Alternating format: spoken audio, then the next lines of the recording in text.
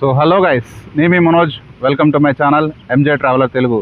Present మనం తిరుపతి దాటి పుత్తూరు దగ్గరలో అయితే ఉన్నాం. ఆల్మోస్ట్ 14 కిలోమీటర్ డిస్టెన్స్ అయితే వచ్చేసాం అనమాట. సో ఇప్పుడు మనం వెళ్ళేది కాంచీపురం. సో తిరుపతి నుంచి కాంచీపురం 109 కిలోమీటర్స్ డిస్టెన్స్ అయితే ఉంది. సో మనం అయితే వెనకాల కనిపిస్తుంది కదా, ఆ బైక్లో అయితే వెళ్తున్నాం అనమాట. సో మనకి ఎంత టైం పడుతుంది, అక్కడికి ఎలా వెళ్ళి అక్కడికి ఏమేమి చూడాలనేది చూద్దాం. కాంచీపురం అందువేళ మనం తిరుత్తణి కూడా దర్శనం చేసుకుందాం. మీకు అక్కడికి వెళ్ళాక చూపిస్తాను. సో ఫైనల్లీ తిరుత్తణికి అయితే వచ్చేసాను అనమాట. తిరుత్తణి ఆల్మోస్ట్ నాకు 2 అవర్స్ టైం అయితే పట్టింది, ఎందుకంటే మధ్యలో రోడ్ కన్స్ట్రక్షన్ వల్ల. తిరుపతి నుంచి తిరుత్తణికి ఆల్మోస్ట్ ఒక 61 కిలోమీటర్స్ అయితే ఉంది. బట్ మామూలుగా అయితే 1 అవర్ 20 మినిట్స్లో వచ్చేయచ్చు. సో బట్ లేట్ అయింది. సో దర్శనం అయితే అయిపోయింది. ఒకసారి మీకు గుడి చూపిస్తా చూడండి. సో ఇదే అనమాట మెయిన్ టెంపుల్. రష్ అయితే మాత్రం టూ హెవీగా ఉంది. ఈరోజు స్వామివారి కళ్యాణోత్సవం ఉందన్నమాట. సో హెవీ రష్ ఉంది. చూడండి అసలు జనాలు ఎట్టున్నారు. సో టెంపుల్ అంతా ఆల్మోస్ట్ వర్కింగ్ లో ఉంది, అంటే కన్స్ట్రక్షన్ లో ఉంది. చూడండి గాలిగోపురం కూడా మీకు కన్స్ట్రక్షన్ లో ఉంది. సో ఇక మీకు స్టెప్స్ కనిపిస్తున్నాయి కదా, ఇవి టోటల్ వచ్చేసి 365 స్టెప్స్ ఉంటాయి అనమాట. సో తిరుత్తణి టౌన్ నుంచి మనం టెంపుల్ రావడానికి ఈ స్టెప్స్ అయితే రావాలి. సో తిరుత్తణికి ఇక్కడ చూసారా, ఇక్కడ గుడి టెంపుల్ ఉంది కదా, టెంపుల్లో కొద్దిగా లెఫ్ట్ వస్తే మనకి ప్రసాదం స్టాల్స్ అయితే ఉన్నాయి. సో ఇక్కడ ప్రసాదం దొరుకుతుంది అనమాట. ఇంక ఇక్కడ చూసారా చిన్న చిన్న స్టాల్స్ లాగా అయితే ఉన్నాయన్నమాట. స్నాక్స్ లేదంటే ఫ్రూట్స్ అమ్ముతున్నారు. సో ఆల్మోస్ట్ అన్ని చోట్ల అట్లే ఉన్నాయన్నమాట. సో టెంపుల్ దర్శనం చేసుకొని ఈ విధంగా మీరు ప్రదక్షిణ చేయాలన్నమాట. ఇక్కడ చూసారా మీకు లెఫ్ట్ లో మొత్తం కన్స్ట్రక్షన్ లో ఉంది, చూపిస్తా ఉన్నట్టు మీకు. చూడండి మొత్తం అసలు కన్స్ట్రక్షన్ మొత్తం అంతా.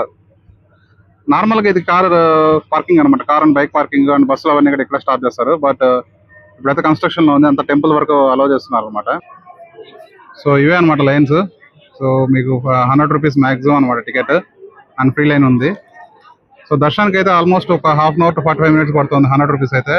అండ్ ఫ్రీ దర్శనం అయితే మీకు అరౌండ్ 1 అవర్ టు 2 అవర్స్ పడుతుంది. సో అది చూసారుగా తిరుత్తణి టెంపుల్. సో ఈరోజు సాటర్డే సండే కావడం ఫుల్ రష్ ఉంది. అందులో స్వామివారి కళ్యాణోత్సవం ఉందంట. సో అందుకనే ఫుల్గా ఉన్నారన్నమాట రష్. ఇంకా సండే వస్తే అసలు ఎట్లుంటుందో తెలియదు. ఇప్పుడు మన దర్శనం కంప్లీట్ అయిపోయింది. నెక్స్ట్ మనం నేరుగా కంచికి అయితే వెళ్ళిపోదాం. సో కంచిలో వెళ్ళి రూమ్ తీసుకొని తర్వాత టెంపుల్స్ అయితే విజిట్ చేద్దాం.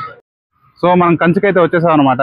సో కంచికి మనం ఆల్మోస్ట్ ఒక 1 o'clock వచ్చాము.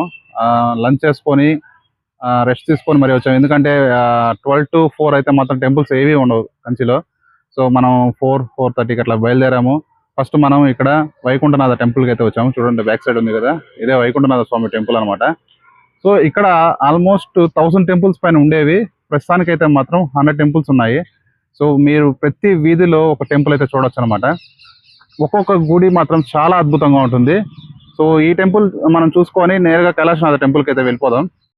సో ఇదే అనమాట వైకుంఠనాథ స్వామి టెంపుల్. సో ఇది విష్ణు గుడి అనమాట. సో చాలా అద్భుతంగా ఉంటుంది గుడి. సో ఇది ఒక వైష్ణవాలయం అనమాట, కన్స్ట్రక్షన్లో ఉన్నట్టుంది. సో ఇక్కడ చూసారా ధ్వజస్తంభం కూడా మీకు ఇవైతే కట్లయితే కట్టున్నారు. సో మొత్తం అన్ని రెనోవేట్ చేస్తున్నారు. సో లోపలికి అయితే టెంపుల్లోకి మొబైల్స్ అలౌ చేయరు. సో నా దర్శనం అయితే అయిపోయింది. లోపల స్వామివారి విగ్రహాన్ని అయితే చూపించట్లేదు, ఉత్సవ విగ్రహాలను అయితే దర్శనం చేసుకోవాలి, ఎందుకంటే లోపల అంతా రెనోవేట్ చేస్తున్నారు. సో నెక్స్ట్ టెంపుల్కి అయితే వెళ్ళిపోతాం. నెక్స్ట్ మనం వెళ్ళేది చిత్రగుప్త స్వామి టెంపుల్ అనమాట. స్వామివారి పుష్కరిణి అయితే చూపిస్తాను చూడండి. అసలు ఇంత పెద్దది ఉంటుంది నేను అసలు ఎక్స్పెక్ట్ చేయలేదు. చూసారా ఎంత పెద్దదో. సో ఇదే అనమాట out side view of Kailasanatha temple. చాలా అద్భుతమైన గుడి అండి, ఖచ్చితంగా వచ్చినప్పుడు విజిట్ చేయండి.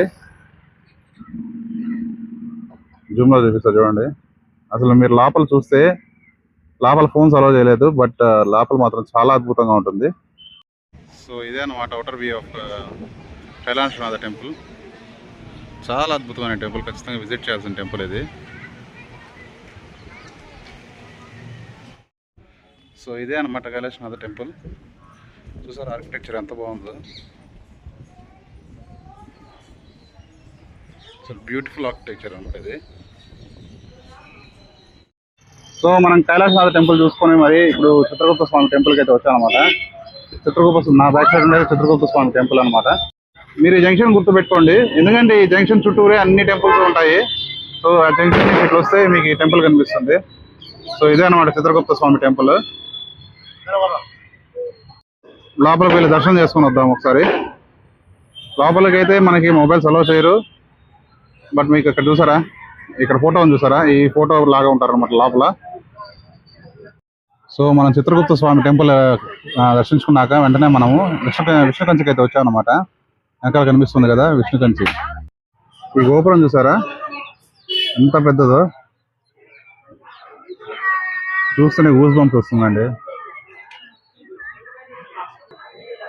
ఈ టెంపుల్ గురించి చెప్పాలంటే 108 దివ్య దేశాల్లో ఒకటైన అతిపెద్ద టెంపుల్ అనమాట. 26 ఎకరాల్లో ఇది నిర్మించబడింది అనమాట.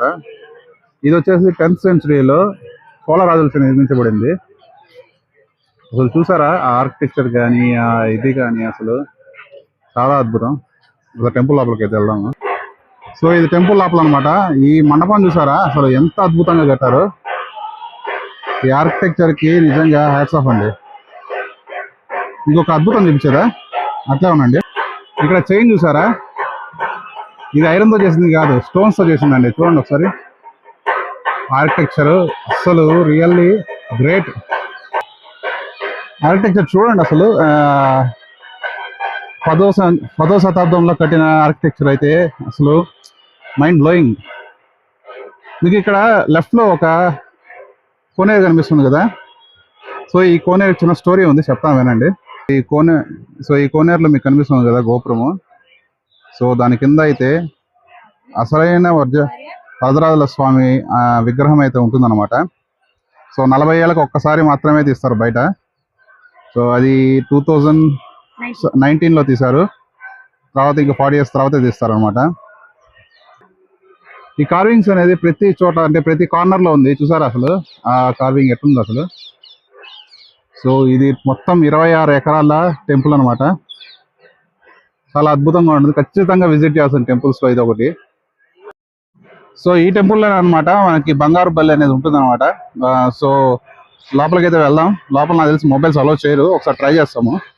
సో నా దర్శనం అయితే కంప్లీట్ అయిపోయింది. చాలా అద్భుతమైన దర్శనం. మీరు ఖచ్చితంగా ఇక్కడ విజిట్ చేయాలి. ఇది చిత్రగుప్త టెంపుల్ ఒకటి అండ్ మనం చూడగలిసి. సో నిన్న మళ్ళీ విష్ణు కంచి వరదరాజ పెరుమాళ్ టెంపుల్ ఒకటి చూసాం అనమాట. సో ఈ రోజు అయితే మనం కంచి కామాక్షమ్మ టెంపుల్ ఒకటి, తర్వాత ఏకాంబరేశ్వర స్వామి టెంపుల్ ఒకటి చూద్దాము. సో ఇంకా చూడాలనుకుంటే చాలా టెంపుల్స్ ఉన్నాయి. సో అవన్నీ కవర్ చేయడానికి కుదరదు అనమాట. సో మాక్సిమం మనం ఏంటంటే ఇంపార్టెంట్ టెంపుల్స్ వరకు అయితే కవర్ చేస్తున్నాము. సో ఇప్పుడైతే మనం అమ్మ టెంపుల్కి అయితే వెళ్ళిపోదాము. సో మనం కామాక్షమ్మ టెంపుల్ అయితే వచ్చామన్నమాట. సో అమ్మగారి టెంపుల్ చాలా అద్భుతంగా ఉంటుంది, మీరు చూస్తే కానీ అర్థం కాదు. సో ఇదే అనమాట సో అమ్మవారి టెంపుల్. లోపలికి వెళ్దాం, ఎలా ఉంటుందో చూద్దాము. ఇదండి ఇదే అనమాట కామాక్షమ్మ గారి గుడి. చూసారా ఎంత అద్భుతంగా ఉందో. మీకు ఆ గోల్డ్ కలర్ లో కనిపిస్తుంది చూసారా. సో అదే అనమాట అమ్మవారి గర్భగుడి. ఈ పక్కన చూడండి అసలు కోనేరు ఎంత బాగుందో. అద్భుతమైన దృశ్యాలండి. కామాక్షి అంటే సరస్వతిని మరియు లక్ష్మిని కలుగా కలదనమాట. అష్టాదశ శక్తిపీఠాల్లో అమ్మవారి నాభి పడిన ప్లేస్ అనమాట ఇది. చాలా అద్భుతమైన ప్లేస్, చాలా పవర్ఫుల్ ప్లేస్. కంచికి వచ్చిన ప్రతి ఒక్కరూ ఖచ్చితంగా విజిట్ చేసిన ప్లేస్ అనమాట, చేయాల్సిన ప్లేస్. సో మన దర్శనం అయితే కంప్లీట్ అయిపోయింది. మనకు ఆల్మోస్ట్ ఒక 45 minutes టైం అయితే పట్టింది అనమాట. అదే ఫ్రీ దర్శనానికి వెళ్తే మాత్రం 4 to 5 hours టైం పడుతుంది. సో ఒకసారి చూసుకొని రండి. సో మీకు ప్రజెంట్ ఎదురు కనిపిస్తుంది చూసారా, అదే అన్నమాట ప్రధాన గోపురము. సో ప్రధాన గోపురం నుంచి ఇలా వెళ్తే మీకు ఆలయం వస్తుంది. మీకు మొత్తం 4 గోపురాలు 4 సైడ్ ఉంటాయి అన్నమాట. చూడండి, ఇదొక వాకిలి, ఇదొక గోపురం, ఇదొక గోపురం, అండ్ మీకు వెనకాల కనిపిస్తుంది చూసారా చెట్టు వెనకాల, అదొక గోపురం. మొత్తం 4 పక్కల 4 ఉంటాయి అన్నమాట. సో ఇది వచ్చేసి సో చూసారు కదా టెంపుల్. సో చాలా శక్తివంతమైన టెంపుల్ అనమాట ఇది. మీరు ఒకటి గమనించారా, అష్టాదశ శక్తి పీఠాల్లో ఒకటైన కామాక్షమ్మ టెంపుల్ ఇక్కడే ఉంది. అండ్ పంచభూత లింగాల్లో ఏకాంబరేశ్వర స్వామి పృథ్వీలింగం ఇక్కడే ఉంది. అండ్ 108 దివ్య దేశాల్లో ఒకటైన వరదరాజ పెరుమాళ్ టెంపుల్ కూడా ఇక్కడే ఉంది. మొత్తం 3 కలిపి ఒకే చోట ఉన్న అతి పురాతనమైన ప్లేస్ అనమాట ఇది. సో చాలా ఇంపార్టెంట్ ప్లేస్ ఇది, చూడాల్సిన ప్లేస్ ఇది. సో ప్రజెంట్ సిచ్యువేషన్ అయితే ఇదే అనమాట. టెంపుల్ ఫుల్ రష్ గా ఉందండి, చూడండి.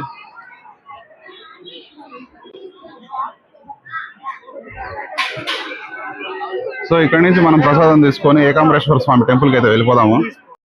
సో ఫైనలీ మనం ఏకాంబరేశ్వర స్వామి టెంపుల్కి అయితే వచ్చామన్నమాట. సో ఇది పంచభూత లింగాల్లో పృథ్వీలింగం అనమాట. సో ఇది చాలా ఇంపార్టెంట్ టెంపుల్ కంచిలో. సో ఇదే అనమాట స్వామివారి గాలిగోపురం. చూడండి అసలు ఎంత పెద్ద గాలిగోపురమో. ఒకసారి లోపలికి వెళ్ళి చూద్దాం. సో ఇదే రాజగోపురం ఎంట్రన్స్ అనమాట. ఎంట్రన్స్ ఇది చూడండి. అసలు తలుపులు కూడా ఎంత పెద్దగా ఉన్నాయో. ఈ తలుపు చూసారా ఎంత పెద్దగా ఉందో. వామ్మో. సో ఈ పక్కనే మనకి పెయింటింగ్ అయితే ఉందన్నమాట. అమ్మవారు సాక్షాత్ కామాక్షి అమ్మవారు ప్రతిష్ఠించిన పృథ్వీలింగం అనమాట. సో చూడండి అదే ఆర్ట్ అనమాట. సో ఇలా ఇంకా నడుచుకొని ముందరకు వెళ్దాం. సో ఎంట్రన్స్ అయితే ఈ పక్క పోవాలి మనము. సో ఇది ఎంట్రన్స్. సో ఇదే అనమాట మెయిన్ టెంపుల్, చూసారా. సో చాలా అద్భుతమైన టెంపుల్ అండి, చాలా పురాతనమైనది. ఇక్కడ ఈ టెంపుల్ కి ఆల్మోస్ట్ సత్యయుగానికి కనెక్షన్ ఉందన్నమాట. ఇది మొత్తం 25 ఎకరాల్లో అయితే విస్తరించబడింది అనమాట. చాలా పెద్ద టెంపుల్. చూడండి ఒక్కొక్క గాలిగోపురం కానీ ఎంతెంత పెద్దవో. మొత్తం 4 పక్కల 4 గాలిగోపురాలు ఉంటాయి దీనికి. ఇక్కడ ఏంటంటే పృథ్వీలింగం కదా, సో సాక్షాత్ కామాక్షి అమ్మవారు తయారు చేసి ఇక్కడ పూజించారన్నమాట. పురాణాల ప్రకారం ఏంటంటే అమ్మవారు స్వామివారి కళ్ళు మూయడంతో సూర్యచంద్రులు ఇద్దరు అంధకారంలోకి భూమిని వదిలేశారనమాట. సో దానికి పశ్చాత్తాపడుతూ కామాక్షి అమ్మవారు భూమి మీదకి వచ్చి ఇక్కడ స్వామివారిని ప్రతిష్ఠించి పూజ చేశారనమాట. సో ఇక్కడ ఒక మామిడి చెట్టు ఉంది, అది సత్యయుగం నాటి మామిడి చెట్టు ఉంది అనమాట. సో వీలైతే మీకు చూపిస్తాను.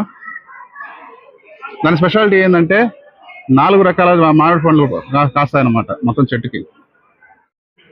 సో గుళ్ళోకి రావడమే ఒక నందీశ్వరుడు ఉన్నాడు అనమాట. సో చూడండి అసలు టెంపుల్ ఎంత ఇదిగా కట్టారో. సో అదే అనమాట గర్భగుడి. లోపల ఫోటో అలా చేయరు, బట్ ఇక్కడ వరకు అయితే చూపించవచ్చు.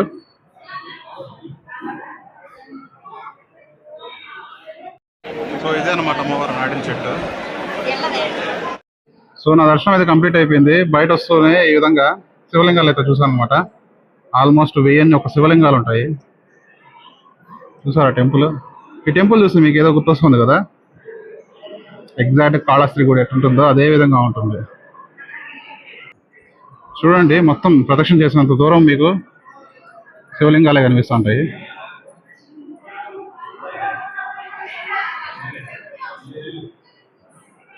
సో మీరు ఇక్కడ మామిడి చెట్టు చూస్తున్నారా. సో ఇక్కడ ఇది చాలా పవిత్రమైన చెట్టు అనమాట.